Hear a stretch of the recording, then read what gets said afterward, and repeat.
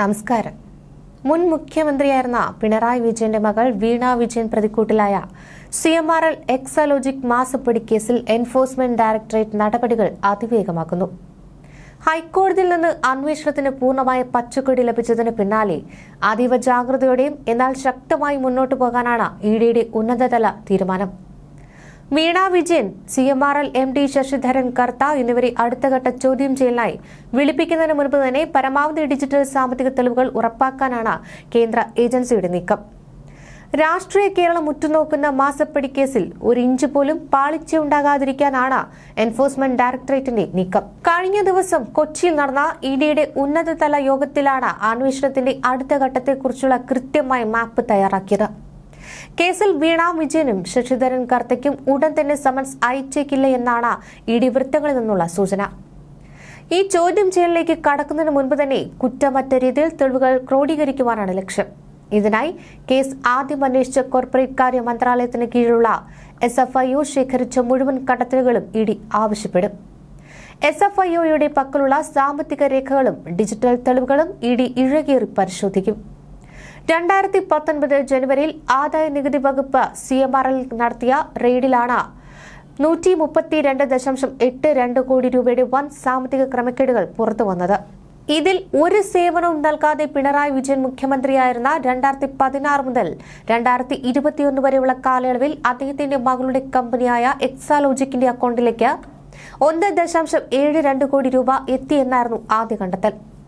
എന്നാൽ ഇതേ കാലയളവിൽ എക്സാലോജിക് കമ്പനി CMRL നിന്ന് ആകെ 2,78,00,000 രൂപ കൈപ്പറ്റിയിട്ടുണ്ട് എന്നാണ് ഇഡിയുടെ ഇപ്പോഴത്തെ അന്വേഷണ പരിധിയിലുള്ളത്. വീണ വിജയന്റെയും CMRLന്റെയും കേന്ദ്രങ്ങളിൽ ഇഡി വിപുലമായ റെയ്ഡുകളാണ് നടത്തിയത്. ഇവിടെ നിന്ന് പിടിച്ചെടുത്ത മൊബൈൽ ഫോണുകൾ, ലാപ്ടോപ്പുകൾ, ഹാർഡ് ഡിസ്കുകൾ എന്നിവയുടെ ഡിജിറ്റൽ ഡാറ്റയും അക്കൗണ്ട് വിവരങ്ങളും നിലവിൽ ഉദ്യോഗസ്ഥർ ഒത്തുനോക്കുകയാണ്. CMRL ഇനി സുപ്രീം കോടതിയെ സമീപിച്ചാൽ പോലും അന്വേഷണത്തെ ബാധിക്കില്ലെന്ന ശക്തമായ നിയമോപദേശമാണ് ഇഡിക്ക് ലഭിച്ചിരിക്കുന്നത്.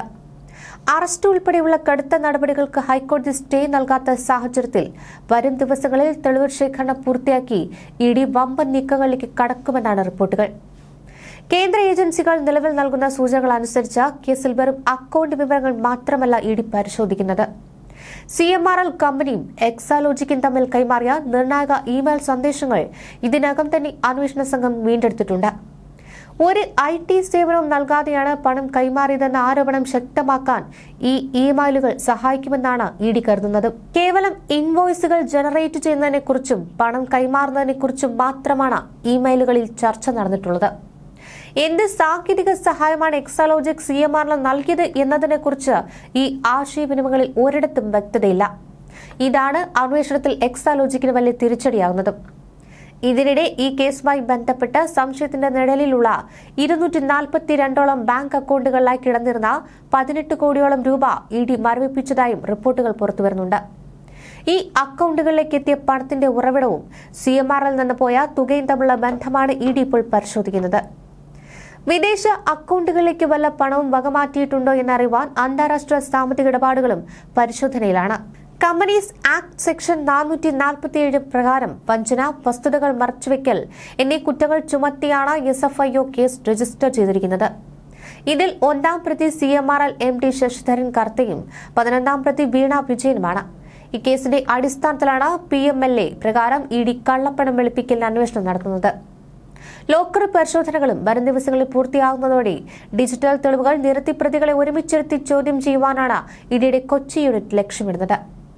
CMRLലെ ജീവനക്കാരുടെ മൊഴികളും വീണ വിജയന്റെ മുൻകാല ബിസിനസ് ഇടപാടുകളും തമ്മിൽ ഒത്തുനോക്കുന്നതോടെ കേസിൽ കൂടുതൽ രാഷ്ട്രീയ കൊടുങ്കാറ്റുകൾ ഉണ്ടായേക്കാം.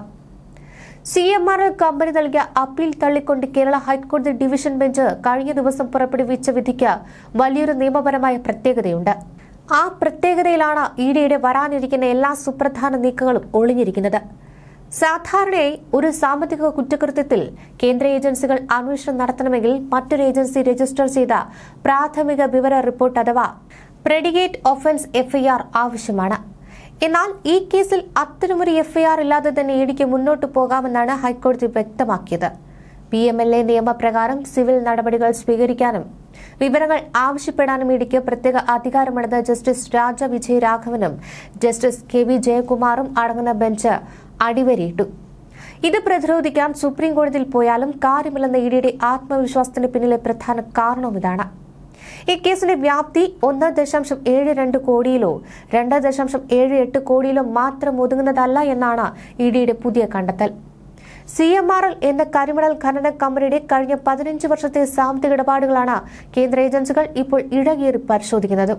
SFIO നടത്തിയ പ്രാഥമിക പരിശോധനയിൽ CMRL കമ്പനി തങ്ങളുടെ അക്കൗണ്ടുകളിൽ 182 കോടിയോളം രൂപയുടെ വ്യാജ ചിലവുകൾ കാണിച്ചിട്ടുണ്ടെന്ന് കണ്ടെത്തിയിട്ടുണ്ട്.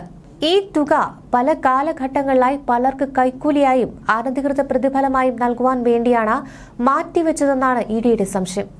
ഇതിൽ ഏറ്റവും വലിയ വിഹിതമെത്തിയത് എക്സാലോജിക് കമ്പനിയിലേക്കാണ്.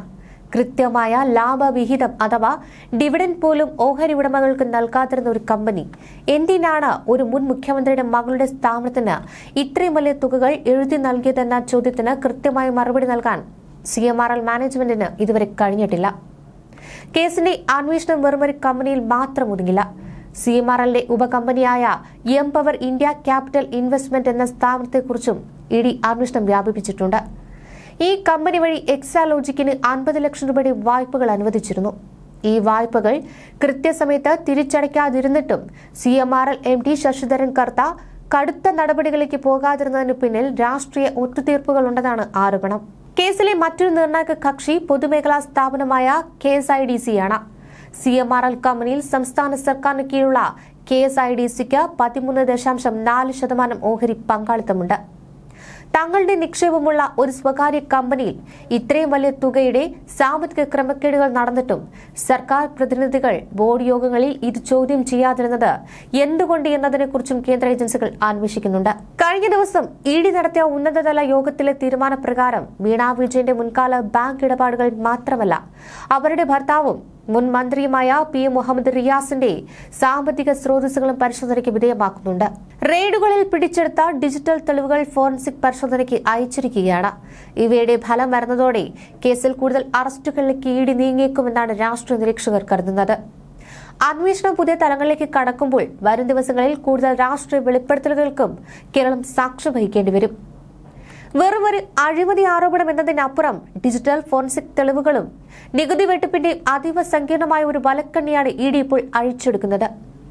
കേസിൽ വീണ വിജയനും CMRLും തമ്മിൽ നടത്തിയ കരാറുകൾ വെറും വ്യാജരേഖകൾ മാത്രമാണെന്ന് സ്ഥാപിക്കാനുള്ള ശാസ്ത്രീയ തെളിവുകളാണ് ഇപ്പോൾ ഇഡിയുടെ കൈവശമുള്ളത്.